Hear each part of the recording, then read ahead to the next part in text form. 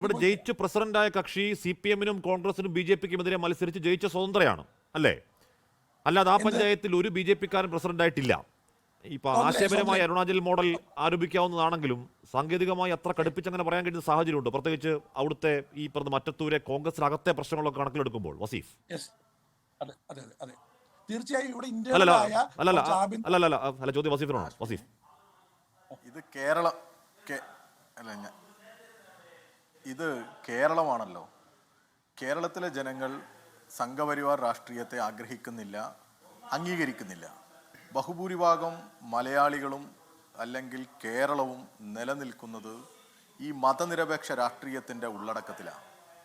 നമ്മളാരും ഈ സംഘപരിവാരുമായി കൂട്ടുകൂടുന്നതിനോട് ഒരു താല്പര്യവും കാണിക്കാത്ത ആളുകളാണ് എന്നുള്ളത് യാഥാർത്ഥ്യമാണ്.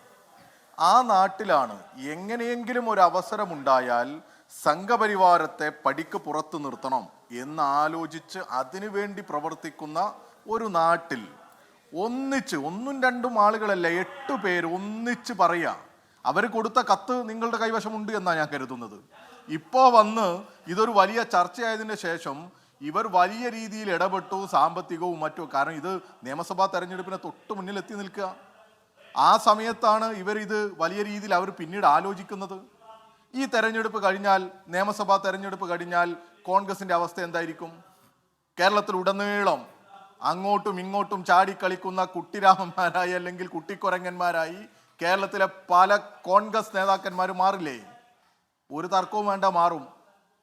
അതാണ് നമ്മൾ മുമ്പിൽ കണ്ടത്. ഇപ്പോൾ പോലും ഈ സമയത്ത് പോലും CPM-നെ അല്ലെങ്കിൽ കോൺഗ്രസിൽ നിന്ന് മത്സരിച്ച് ജയിച്ച് വന്ന കുടചിഹ്നത്തിൽ, ഞാൻ മനസ്സിലാക്കിയത് കുടചിഹ്നത്തിൽ മത്സരിച്ച് വന്ന ഔസേപ്പിനെ പ്രസിഡന്റ് ആക്കാൻ പറ്റാത്തത് കൊണ്ട് BJP-യുടെ പിന്തുണയും വാങ്ങി ഞങ്ങൾ മറ്റൊരാളെ പ്രസിഡന്റ് ആക്കി. നല്ല ന്യായീകരണം. അതിന് മലയാളത്തിൽ മറ്റെന്താ പറയാ? ഈ അരുണാചലായാലും ഈ ഗോവയായാലും ഇന്ത്യയിൽ ഉടനീളം നടക്കുന്ന BJP-യിലേക്ക് കൂടുവിട്ട് കൂടുമാറുന്ന കോൺഗ്രസിന്റെ രാഷ്ട്രീയം തന്നെയല്ലേ ഇവിടെ കണ്ടത്? ഇതൊരു ട്രയൽ റണ്ണാണ്.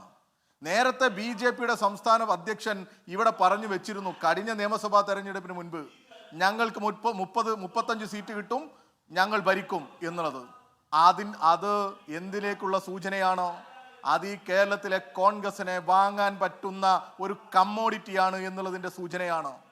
ആ സൂചനയുടെ ഉദാഹരണമാണ് ഇപ്പോൾ അവസാനം വന്ന ഈ മറ്റത്തൂരിലെ റിസൾട്ട്. ഇതൊരു മറ്റത്തൂര് മാത്രമാണോ? കേരളത്തിൽ പല ഇടങ്ങളിലും ഇപ്പോൾ തന്നെ നടന്നില്ലേ? എവിടെയൊക്കെ നടന്നു? കാസർഗോഡ് പെരിയയിലുണ്ടായ സംഭവം എന്താ? അവിടെ പഞ്ചായത്തിലേക്ക് ഈ പഞ്ചായത്ത് പ്രസിഡന്റ് തെരഞ്ഞെടുപ്പിൽ BJP-യും വരുന്നില്ല, കോൺഗ്രസിന്റെ പ്രതിനിധികളും വരുന്നില്ല. രാജ്മോഹൻ ഉണ്ണിത്താൻ പറയുന്നത് നമ്മൾ കേട്ടല്ലോ, BJP-യുമായി സഹകരിക്കുന്നവരെ പാർട്ടിക്ക് പുറത്താക്കും എന്ന് പറയേണ്ട ഗതികളിലേക്ക് എത്തുക. വേറെ എവിടെ? തൃശ്ശൂരിൽ മറ്റത്തൂരുണ്ട്. ചൊവ്വന്നൂർ പഞ്ചായത്തിൽ എന്താ സ്ഥിതി?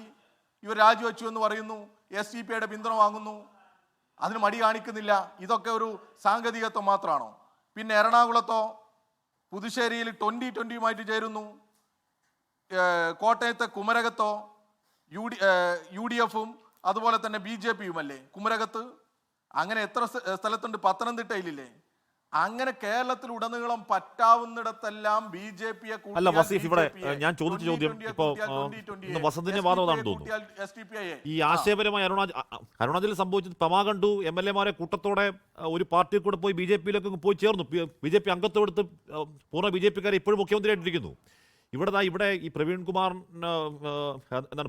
അടക്കമുള്ളവർ പറഞ്ഞു ഞങ്ങൾ ഭരിക്കുന്നത് വരെ കോൺഗ്രസ്സുകാരായിരിക്കും, BJP-യിലേക്ക് പോവില്ല എന്ന് പറയുന്നുണ്ട്. അത് മാത്രമല്ല, അവിടെ ഇപ്പം നമ്മുടെ കൂടെ ഇരിക്കുന്ന അതുൽ കൃഷ്ണ എന്ന് പറയുന്ന BJP ടിക്കറ്റിൽ ജയിച്ചു വന്ന ആളെ പ്രസിഡന്റ് ആക്കിയില്ല. അവിടെ ഒരു സ്വതന്ത്ര പ്രസിഡന്റ് ആക്കാൻ BJP-യുടെ പിന്തുണ അത് അധാർമ്മികമാണ്, അത് പറയാം. അതല്ലാതെ നമ്മൾ ഈ പറയുന്ന രീതിയിലുള്ള വലിയ ഗ്രാവിറ്റി ആ പ്രശ്നത്തിനുണ്ടോ വസീഫ്?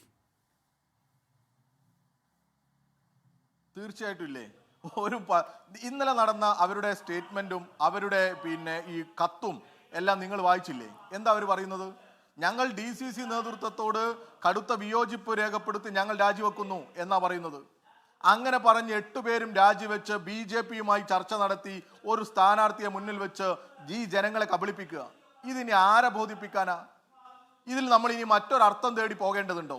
ഈ VD സതീശന്റെയും ഈ പറയുന്ന കോൺഗ്രസ്സുകാരുടെയും ന്യായീകരണങ്ങൾ അപ്പാടെ വിടുങ്ങാൻ നമ്മൾ ആരാ? ഇവർ കരുതുന്നത് പോലെയുള്ള വിഡ്ഢികളാണോ? അല്ലല്ലോ. ഇതൊരു ട്രയൽ റണ്ണാണ്. ഇത് കേരളത്തിൽ ഉടനീളം നടക്കും.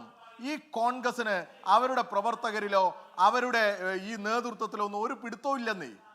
അധികാരം മാത്രമേ ഉള്ളൂ. ജയിച്ചു കഴിഞ്ഞാൽ പിന്നെ നേട്ടങ്ങൾക്ക് വേണ്ടി പ്രത്യേകിച്ച് കൺട്രോൾ ഒന്നുമില്ല. ജമാഅത്തെ ഇസ്ലാമിയോ ഒന്നുമില്ല. ലോകത്തെവിടെയായാലും ഏത് സമയത്തും 24 വാർത്തകളും ഓഗ്മെന്റഡ് റിയാലിറ്റി പാക്കേജുകളും എക്സ്പ്ലെയിനറുകളും വിശദമായി കാണാൻ ഞങ്ങളുടെ യൂട്യൂബ് ചാനൽ നിങ്ങൾക്ക് സബ്സ്ക്രൈബ് ചെയ്യാം.